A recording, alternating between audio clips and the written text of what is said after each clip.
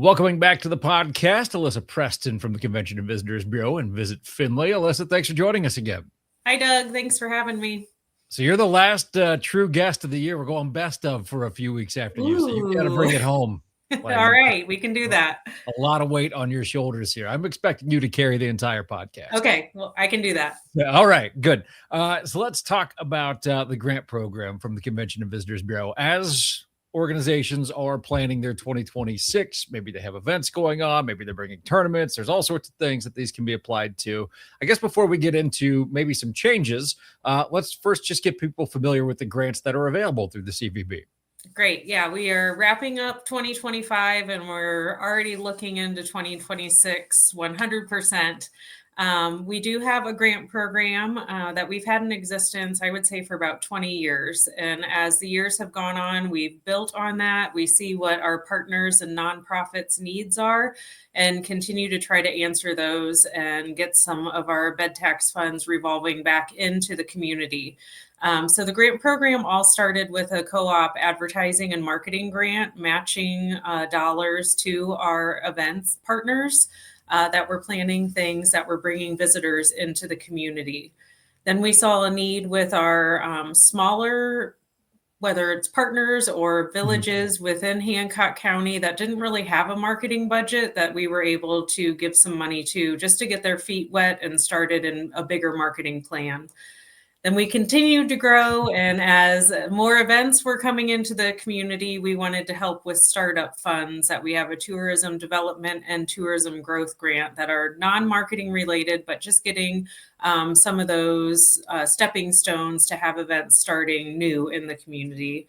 And then our newest program is our tournament builder program, as we've seen an influx of youth sports coming into the community, whether it's baseball and softball, hockey, volleyball. We've got a little bit of everything going on that we're able to support those groups that are bringing in overnights for youth sports. So there is a lot to offer. It's a lot to unpack as well, and we are available to talk through all those steps. Speaking of tournaments, I think that's coming up the weekend after we record this, or maybe it was the previous weekend. Here is the Fight the Girls Wrestling Tournament that's hosted here in Findlay. That's kind of a new one that really has taken on a life of its own. It's gotten really big, really quick. It truly has, and we've been happy to be a part of that since the inception. That was just last weekend. Yeah. The whole month of December, every weekend, there have been wrestling tournaments. So the first couple weekends were boys wrestling tournaments hosted by Findlay High School and the University of Findlay. And then last weekend, we had a female wrestling tournament. We're bringing in teams from across the United States, multiple states attending that. And it's really turned into a nice program for Findlay. Most definitely. Now, there are some changes to the grant programs coming up here for 2026, and just not major changes, but just a few little things here and there. What should people look out for those? So a couple little things to take note of. The tourism development and tourism growth grant, those are for whether it's a new event or an existing event that you want to add a component to. Those do have a deadline of April 1st, not the rolling deadline as events come around. So we're really encouraging our nonprofits and partners to talk with us right after the first of the year with any plans they have and find their fit in that program. Each of our programs through tourism development and growth and the tournament program have limitations on how many grants you can apply for throughout the year. That's a little different than what we've done in the past. So tournaments, it's a maximum of 5 tournaments within a calendar year per organization. And then with the tourism development and tourism growth, that is 1 per organization per year. So those are kind of our bigger dollar grants that's why we have those limitations on those. Let's talk about success stories. Obviously, there have been a lot of organizations that have used these. What are some that stand out to you, or maybe they got their program started with the grant and now it's grown into something else or something along those lines? Sure. One of the biggest ones are our friends at Northwest Ohio Railroad. They were one that started out in our Community Connect grant. That's the small one that I talked about, that they didn't really have a marketing budget when they started. They have multiple grants with us throughout the year. They've utilized some of our media buys and are partnering with digital advertising and doing some things that have grown their business throughout the year, specifically right now with their holiday train that they are bringing in groups from Cleveland. They did some digital advertising 3 years ago and have had return business each year that they can see those tickets coming in from the Cleveland area. So that is one great success story that we have. Our tournaments, really all of them are success stories that we have been able to partner those nonprofits and folks planning the tournaments with our hotel partners, and the whole community is benefiting from those. Now, as we go into 2026, people are planning their events, and things that we expect people to plan for and to be involved in would be America 250 going on all year in 2026. That's a big, big undertaking. Tell us how the Convention and Visitors Bureau is involved. Yeah, so we have kind of a visionary group, I would say, that's comprised of city and county officials, the Alliance as a whole, the Hancock Historical Museum, and a handful of other nonprofits that have been working for about a year, just brainstorming what are the events that are already taking place that we can just put that America 250 signature on. And we have a year full of events happening. So you'll start to see those promoted throughout social media. Of course, on the Visit Findlay calendar, we'll have a special section just for America 250.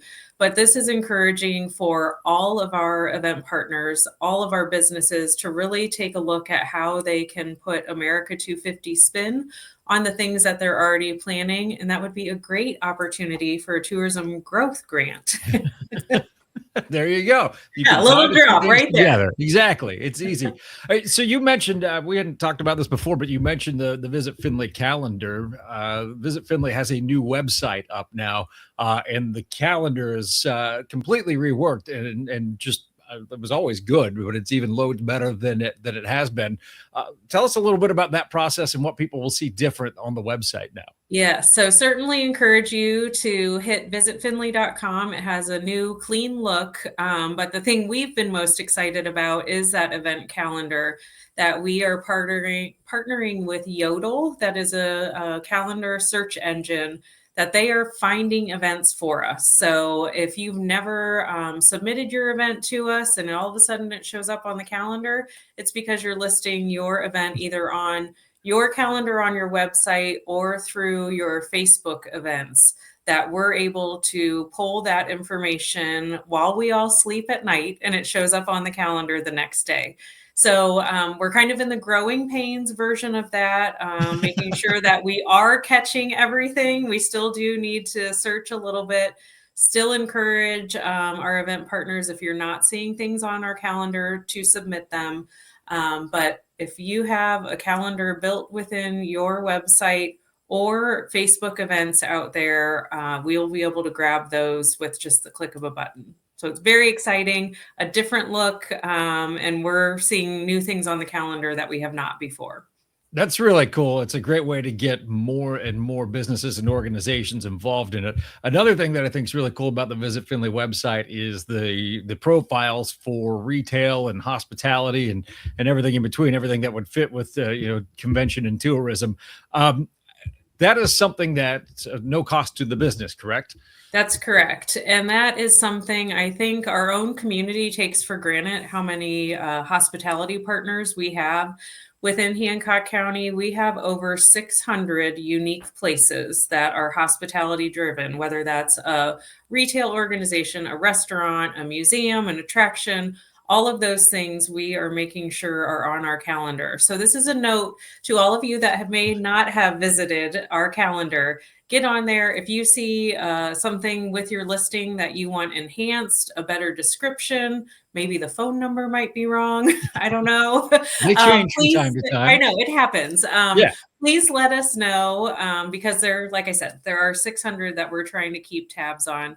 Something else that's really cool with the new calendar, as you're planning events or you have groups coming in, you can personalize itineraries. So you go through our website, you favorite your restaurants, the retail locations, and then it all builds into one itinerary for your guest. So just click of a few buttons and you have a full weekend plan for yourself. That is really cool. And that's why bringing it back to just, let's say, tournaments, to have people who are coming in for a tournament for the weekend to be able to go to the website and like, all right, I've got some downtime between games, or maybe after the games are over, want to check some things out. That feels like it can make it real easy for them to do that. It's so easy. And I encourage our own community to do the same thing. As we've been going through the website, I've found things that I didn't even know that existed. So it's a great opportunity just to kind of click around. Right now, when you have family in town visiting for the holidays, kids are off of school. We have some new attractions that have come into the market, and I really encourage folks to get out and see those. Well, certainly it was a busy 2025 for the Convention and Visitors Bureau. It was busy all around here at the Alliance. What were some of your highlights of the year? What were the things you look back and you enjoyed the most? You know what? Something that's been very close-minded here, that was just in the recent past, was the tree lighting ceremony in downtown. That was just, we talk about Findlay being a hallmark community, and that really put the bow on the package for the year. We had hundreds of our community members and guests down in Dorney Plaza lighting the Christmas tree, a little market of some of our artisan vendors that did very well for the holiday season. That was really a highlight. Santa was there. I mean, who doesn't Santa love got that? treated like a rock star. Yes, I know. That was awesome. As he should. That was really a highlight to end the year. Throughout the year, though, Art Walk is always one of my favorite events that we're throughout the community, just celebrating who we are. So really looking forward to next year and what some of those neat things might be. And let's wrap it up with that, because hard to believe the first Art Walk of 2026, not that far away, as February is kind of lurking now. Yes, first Friday in February. We kind of look at that as that's when people are through their holiday slump. You know, you get through January of you're tired of eating, you're tired of seeing people. So that can be kind of you resurge into the community that first Friday in February. There you go. So be sure to check that out. Well, Alissa, we appreciate you joining us on the podcast once again. Always enjoy working with you guys. Again, thank you for the invite to be the MC for the tree lighting ceremony. That was really a blast. Made it, Doug. That might have been my highlight of 2025. I had so much fun doing that. I think you made the good list by doing that too. So we're going to find out in a couple days, I guess. So, Alissa, thanks for joining us on the podcast. Thanks, Doug.